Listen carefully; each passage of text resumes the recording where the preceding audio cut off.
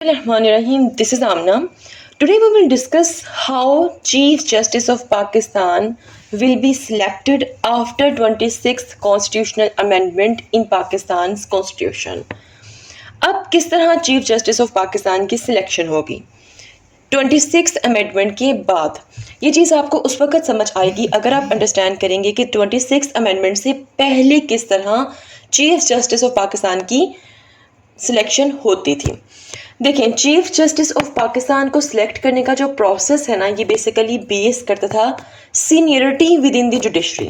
क्या मैंने बोला है? Seniority with in the judiciary, मतलब कि अदलिया में जो सबसे सीनियर होगा उसको प्रायोरिटी दी जाएगी। मतलब कि सीनियरिटी रूल अप्लाई होता था। मतलब जो सीनियर मोस्ट जज होता था सुप्रीम कोर्ट का, उसको ट्रेडिशनली अपॉइंट कर दिया जाता था चीफ जस्टिस के तौर पर। ये जो प्रैक्टिस थी, this was based on convention rather than an applied constitutional requirement. समझ आई यहाँ तक? कि मतलब जैसे ही सबसे सीनियर आपके मुल्क को लगा कि भाई चीफ जस्टिस ऑफ पाकिस्तान की ज़रूरत है, तो जो सुप्रीम कोर्ट का सीनियर मोस्ट जज था वो खुद ब खुद ही अपॉइंट हो जाता था चीफ जस्टिस ऑफ पाकिस्तान के तौर पर। यहाँ तक क्लियर होगा? यहाँ तक आपको ये समझ लग चुकी है कि किस तरह पहले चीफ जस्टिस ऑफ पाकिस्तान को सिलेक्ट किया जाता था। अब हम बात करेंगे कि after 26th amendment the selection of chief justice of Pakistan has changed significantly. तो इस अमेंडमेंट से पहले क्या होता था कि पाकिस्तान की जो हालिया तारीख थी उसमें चीफ जस्टिस ऑफ पाकिस्तान और सुप्रीम कोर्ट के जो सीनियर जजेस थे वो ऑटोमेटिकली तैनात हो जाते थे, लेकिन इस अमेंडमेंट के बाद ऐसा नहीं होगा। अब क्या होगा? अब एक पार्लियामेंट्री कमेटी बनेगी।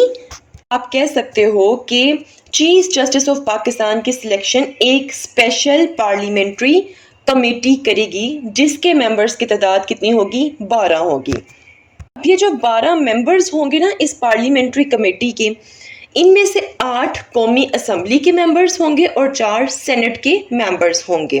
अब supreme judicial commission 3 supreme court के जो सीनियर जजेस होंगे उनके नाम किसको भिजवाएगी?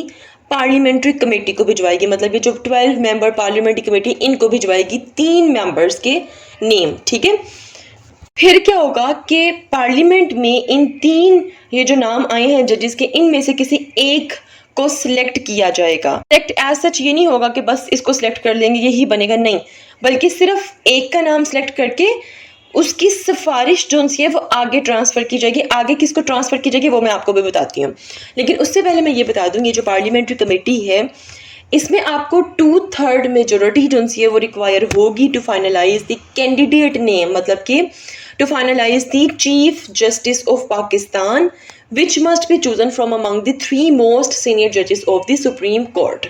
मतलब जो 3 नाम आएंगे जो मोस्ट सीनियर जजेस होंगे सुप्रीम कोर्ट के, उनमें से किसी एक को सिलेक्ट किया जाएगा। अब जब उसके बाद सेकंड जो प्रोसेस है वो क्या होगा जी? Presidential confirmation. After the parliamentary committee selects the chief justice, the name is sent to the president of the Pakistan for confirmation.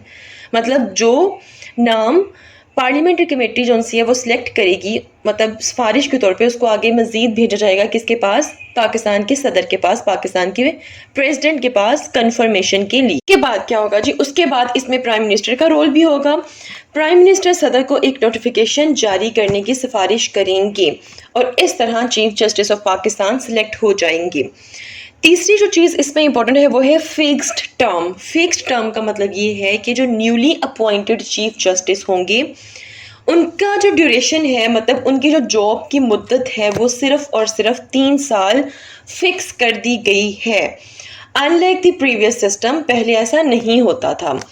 अब चाहे वो चीफ जस्टिस अपने रिटायरमेंट की एज में पहुंचे या ना पहुंचे, कोई फ़र्क नहीं पड़ता। सिर्फ 3 साल as a chief justice of Pakistan serve करने के बाद उनको रिटायर करके वापस भेजा जाएगा। मतलब उनकी जो जॉब है वो ख़त्म हो जाएगी 3 साल बाद।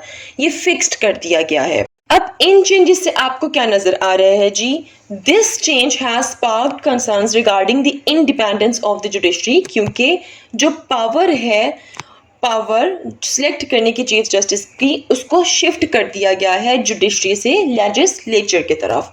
मतलब ने गवर्नमेंट ने इसको अपने हाथ में कर लिया है अब।